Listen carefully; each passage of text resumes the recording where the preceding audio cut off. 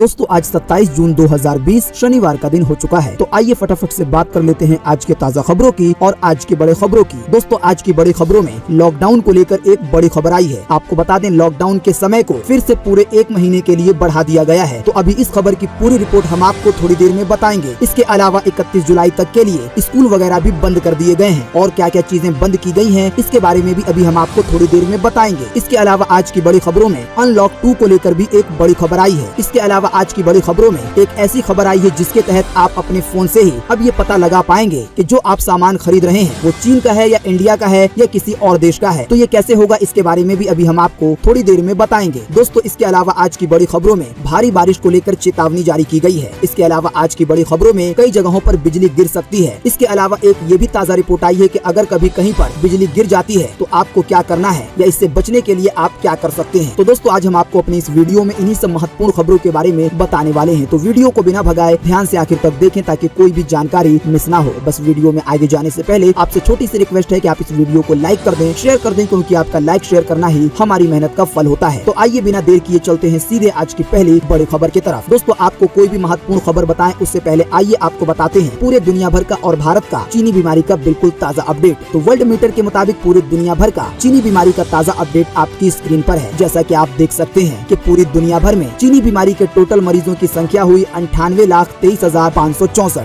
आपको बता दें अभी जो 98 लाख मरीज हैं पूरी दुनिया भर में, तो इनमें से अब तक 4,94,290 लोगों की जान जा चुकी है। इसके अलावा जो 98 लाख मरीज हैं तो इनमें से अब तक 53,03,946 लोगों की जान जा चुकी है। तो दोस्तों ये तो ताज़ा अपडेट था पूरे दुनिया भर का, लेकिन आइए अब आपको बताते हैं अपने भारत का ताज़ा हाल। PTRnews.com की तरफ से चीनी बीमारी का बिल्कुल ताज़ा अपडेट आपकी स्क्रीन पर है। जैसा कि आप देख सकते हैं कि बीते रोज लगभग 24 घंटे में फिर से 18,000 से ज्यादा नए मामले सामने आए हैं चीनी बीमारी के। आपको बता दें इन नए मरीजों के आने के बाद अब हमारे भारत में चीनी बीमारी के टोटल मरीजों की संख्या 5 लाख के आंकड़े को पार कर गई है। चीनी बीमारी के टोटल मरीजों की संख्या अब हमारे भारत में है 5,09,446। तो अभी जो 5 लाख मरीज हैं तो इनमें से अब तक 15,689 लोगों की जान जा चुकी है। अभी बीते रोज लगभग 24 घंटे में 450 लोगों की जान गई है। इसके अलावा अच्छी बात ये भी है कि बीते रोज लगभग 24 घंटे में 10,000 से ज्यादा लोग ठीक भी हुए हैं। ठीक होने वालों की संख्या 2,95,917 हो गई है। इसके अलावा अब भारत में जो लोग बचे हुए हैं चीनी बीमारी से संक्रमित में, यानी जिन लोगों का अभी भी इलाज चल रहा है, तो अब उनकी संख्या हो गई है 1,97,784। बात करेंगे आज के अगले बड़े खबर की। तो मोबाइल के कैमरे से जानिए कौन सा सामान है चीन का और कौन सा है भारत का।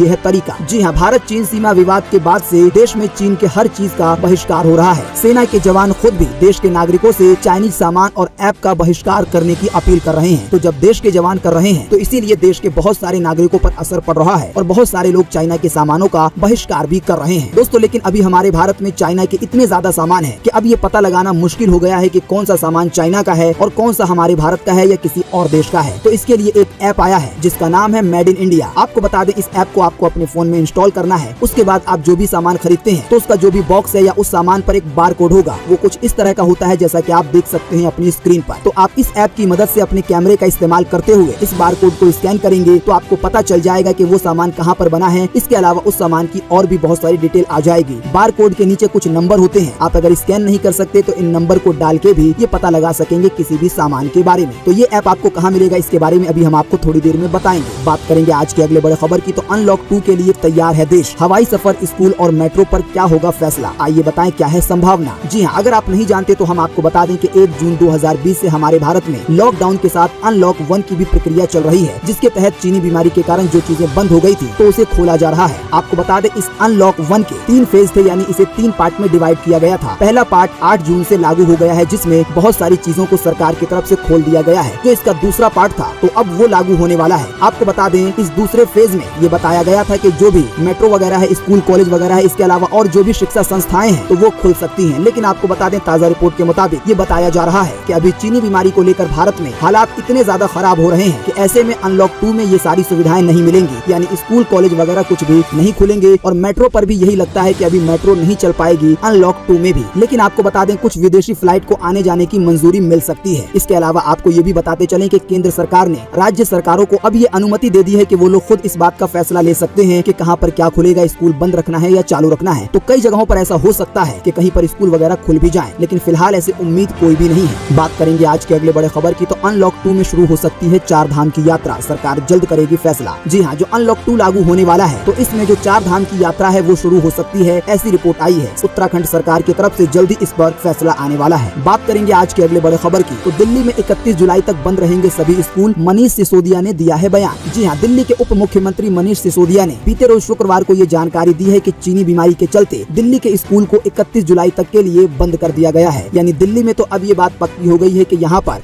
जो अनलॉक 2 में छूट मिलने वाली थी, स्कूल कॉलेज वगैरह खुलने वाले थे, अब वो नहीं खुलेंगे। बात करेंगे आज के अगले बड़े खबर की, तो झारखंड सरकार ने 31 जुलाई तक बढ़ाया लॉकडाउन। जी हाँ, चीनी बीमारी के संक्रमण की रोकथाम को लेकर झारखंड सरकार ने एक बड़ा फैसला किया है। सरकार ने लॉकडाउन की अवधि को अब 31 जुलाई तक बढ़ा दिया है। इसकी जानकारी खुद प्रदेश के मुख्यमंत्री हेमंत सोरेन ने दी है। लेकिन आपको बता दें, जो कुछ छूट पहले से मिल रही है लॉकडाउन में, वो मिलती रहेंगी। इसके अलावा रात 9 बजे से लेकर सुबह 5 बजे तक कर्फ्यू लागू रहेगा। यानी इस वक्त में कोई भी दुकान वगैरह या कोई भी चीज नहीं खुल पाएंगी। चीनी बीमारी जितनी तेजी से फैल रही है, तो आने वाले दिनों में और भी राज्य इस बात का ऐलान कर सकते हैं, यानी कि लॉकडाउन को बढ़ाने को लेकर। बात करेंगे आज के अगले बड़े खबर की, तो रेलवे लगाएगा चीनी बीमारी के लिए सर्विलांस कैमरे, सामने आते ही बता देगा चीनी बीमारी के लक्षण। जी हाँ, चीनी बीमारी से लड़ाई लड़ने के लिए रेलवे लगातार तकनीक का सहारा ले रहा है और इसमें रेलवे को सफलता भी मिल रही है। अब रेलवे ने फैसला किया है कि वो स्टेशनों पर आर्टिफिशियल इंटेलिजेंस पर आधारित कैमरे लगाएगा, जो कि फोटो की मदद से स्टेशन में घुसने वाले हर शख्स का बॉडी टेम्परेचर माप लेगा और ये भी बता देगा कि किस यात्री ने मास्क पहना है या नहीं। यानी इस कैमरे की मदद से चीनी बीमारी के शुरुआती लक्षण पता चल जाएंगे। बात करेंगे आज के अगले बड़े खबर की, तो 1 जुलाई से शुरू होगी पीएम स्वनिधि योजना। रेहड़ी पटरी वालों को मिलेगा सस्ता कर्ज, जो भी छोटे मोटे कारोबारी हैं उनका होगा फायदा। जी हाँ, केंद्र की मोदी सरकार ने लॉकडाउन से प्रभावित रेहड़ी पटरी वालों को राहत देने के लिए शुरू की गई पीएम स्वनिधि योजना 1 जुलाई से लागू होने जा रही है। पीएम स्वनिधि योजना को देश भर में लागू करने और इसमें राज्यों की मदद के लिए 34 सीनियर नौकरशाहों को नोडल अधिकारी बनाया गया है। यानी 1 जुलाई से जो भी ऐसे लोग हैं जो कि रेहड़ी पटरी लगाते थे, छोटी मोटी कोई दुकान चलाते थे, लेकिन लॉकडाउन की वजह से उनकी दुकान बंद हो गई, तो अब सरकार उनको 10,000 रूपए देगी बिना किसी गारंटी के और बिल्कुल आसानी से। आपको बता दें, ये पैसे एक लोन के रूप में दिए जाएंगे, जो कि लोन लेने वाला 1 साल के अंदर इसे चुका सकता है। बात करेंगे आज के अगले बड़े खबर की, तो सावधान, गूगल प्ले स्टोर पर मौजूद ये 17 ऐप किसी भी वक्त कर सकते हैं धोखा, इसीलिए आपको इसे हटा देना चाहिए। जी हाँ, प्ले स्टोर पर आए दिन किसी न किसी मेलवेयर यानी कि खतरनाक ऐप के आने की खबर सामने आती रहती है। अभी कुछ दिन पहले ही प्ले स्टोर पर 38 खतरनाक ऐप है, इसकी पहचान हुई थी। वहीं अब फिर ये ताज़ा रिपोर्ट आई है कि अब 17 ऐसे ऐप की पहचान हुई है जो कि ट्रोजन फैमिली से हैं। यानी आने वाले दिनों में ये ऐप आपके लिए खतरा बन सकते हैं और ये ऐप जानबूझ के आपको ज्यादा प्रचार वगैरह दिखाते हैं। तो दोस्तों, वो कौन से ऐप हैं जिन्हें आपको अपने फोन से हटाना है, इसके बारे में हम आपको इसी वीडियो के नीचे डिस्क्रिप्शन में एक लिंक देंगे, जिस पर आप क्लिक करके उसके बारे में जान पाएंगे। दोस्तों, अगली खबर बताने से पहले हम आपको एक और महत्वपूर्ण जानकारी बता दें। अभी हमने आपको थोड़ी देर पहले बताया था कि एक ऐसा ऐप आ चुका है जिसकी मदद से आप ये पता कर सकते हैं बारकोड को स्कैन करके कि कौन सा सामान चीन का है या किसी दूसरे देश का है या हमारे भारत देश का है। तो ये काम आपको एक ऐप के जरिए करना होगा। उस ऐप को कैसे इंस्टॉल करना है, उसकी अधिक जानकारी के लिए हम आपको इसी वीडियो के नीचे डिस्क्रिप्शन में एक लिंक देंगे, जहां पर जाकर आप इस ऐप को डाउनलोड कर पाएंगे। बात करेंगे आज के अगले बड़े खबर की, तो पराठे के बाद अब पॉपकॉर्न पर बढ़ा जीएसटी, 18% की दर से देना होगा टैक्स। जी हाँ, देश में खाने के ज्यादातर सामान पर जीएसटी की दर मात्र 5% है। हाल ही में अथॉरिटी ऑफ एडवांस रूलिंग की कर्नाटका पीठ ने पराठे पर 18% जीएसटी लगाने का फैसला लिया। अब पॉपकॉर्न को सामान्य खाने से हटाकर खास क्लब में शामिल किया गया है। अब पॉपकॉर्न पर 18% का जीएसटी लगेगा। इसका परिणाम ये होगा कि जो पॉपकॉर्न है या पराठे हैं वो पहले के मुकाबले काफी ज्यादा महंगे हो जाएंगे। इसके अलावा और भी जिन चीजों पर जीएसटी बढ़ेगा तो वो चीजें महंगी हो जाएंगी। इसके अलावा आपको ये भी बताते चलें कि अभी हाल ही में एक ताज़ा रिपोर्ट आई थी जिसमें ये बताया गया था कि पेट्रोल डीजल के दाम बहुत ज्यादा बढ़ गए हैं। इसीलिए जो बहुत सारा माल ट्रक से आता है तो उसकी ढुलाई का जो खर्चा है अब वो भी बढ़ गया है। तो इसीलिए आने वाले दिनों में जो भी रोजाना की यूज होने वाली चीजें हैं, आटा, दाल, चावल, सब्जी, दूध वगैरह, तो वो सभी चीजें भी महंगी हो जाएंगी। पेट्रोल फिर से महंगा हुआ है, आप देख सकते हैं अगली रिपोर्ट में। जैसा कि आप देख सकते हैं कि लगातार 20 दिनों से महंगा हो रहा है तेल। आइए बताएं पेट्रोल डीजल की कीमत। जी हाँ, जैसा कि अभी हमने आपको बताया कि लगातार 20 दिनों से पेट्रोल डीजल के दामों में बढ़ोतरी हो रही है और बढ़ोतरी इतनी ज्यादा हो गई है कि हमारे भारत के इतिहास में ऐसा पहली बार हुआ है कि राजधानी दिल्ली में डीजल का दाम 80 रुपए के पार चला गया है और डीजल पेट्रोल से ज्यादा महंगा हो गया है। ताज़ा रिपोर्ट के मुताबिक फिर से बीते रोज पेट्रोल 21 पैसे महंगा हुआ है। इस महंगाई के बाद अब राजधानी दिल्ली में 1 लीटर पेट्रोल की कीमत 80 रुपए 13 पैसे हो गई है। अगर बात की जाए डीजल की, तो डीजल के दामों में भी 17 पैसे की बढ़ोतरी की गई है। 17 पैसे की बढ़ोतरी के बाद अब राजधानी दिल्ली में 1 लीटर डीजल की कीमत 80 रुपए 19 पैसे हो गई है। यानी अभी भी डीजल का दाम पेट्रोल से ज्यादा है। हम आपको वैसे इसी वीडियो के नीचे डिस्क्रिप्शन में एक लिंक देंगे, जिस पर आप क्लिक करके देश के और भी बड़े बड़े शहरों के पेट्रोल डीजल का ताज़ा भाव जान पाएंगे। बात करेंगे आज के अगले बड़े खबर की, तो 125 यूनिट से ज्यादा बिजली पर कटेगी जेब, सरकार ने खत्म की सब्सिडी। जी हाँ, प्रदेश में अब उन बिजली ग्राहकों की राहत कम कर दी गई है जो बेहिसाब बिजली खर्च करते हैं। राज्य सरकार ने महीने में 125 यूनिट से ज्यादा बिजली खपत करने वालों के लिए सब्सिडी घटाने का फैसला लिया है। जो भी ऐसे उपभोक्ता हैं जो कि एक महीने में